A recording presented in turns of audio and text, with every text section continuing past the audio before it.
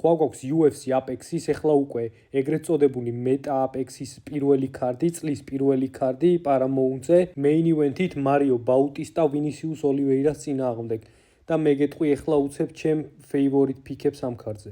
პირველი არის უკრაინელი დონჩენკო, Ultimate Fighter-ის გამარჯვებული, შეხვდება ალექს მორონოს, UFC ვეტერანს.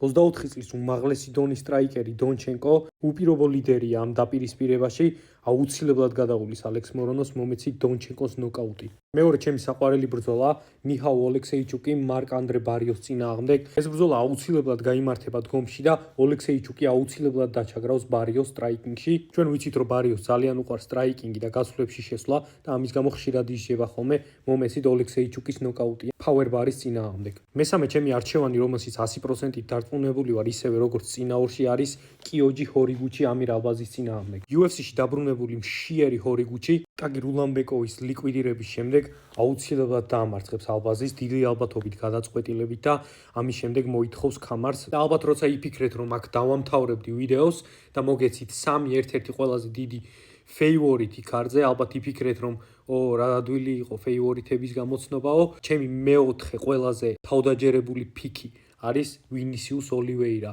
main event-ის underdog. Mario Bautista, რომელიც უმარასგან მარცხით მოდის, ხვდება აი ამ მონსტრ კაცს, რომელიც 23 კილოს იკლებს, რომ ჩააბაროს ბენთემოითის წონა. წარმოიდგინეთ, 84 კილო მოძრაობს და 61 კილოს აბარებს წონას. რაც იმას ნიშნავს, რომ ბრძოლის დღეს მინიმუმ 10-დან 15 კილომდე უეჭველი იმატებს და ეს კაცი 76-75 კილო ჩხუბობს ბრძოლის დღეს. ზოგს ეჭვი ეპარებოდა თუ რამდენად ჩააბარებდა ეს კაცი წონას, თუმცა რამდენიმე წუთის წინ დააფიქსირა 61 კილო. ტერმინატორია, ხელებს ჩამოშვებული დაძდევს მებრძოლებს და უკვე UFC-ში 4 ბრძოლა უმოწყალოდ ცემს ხალხს. ხო და ხვალ Apex-ის ამ პატარა გალიაში უწურავთ ოლივეირას all day.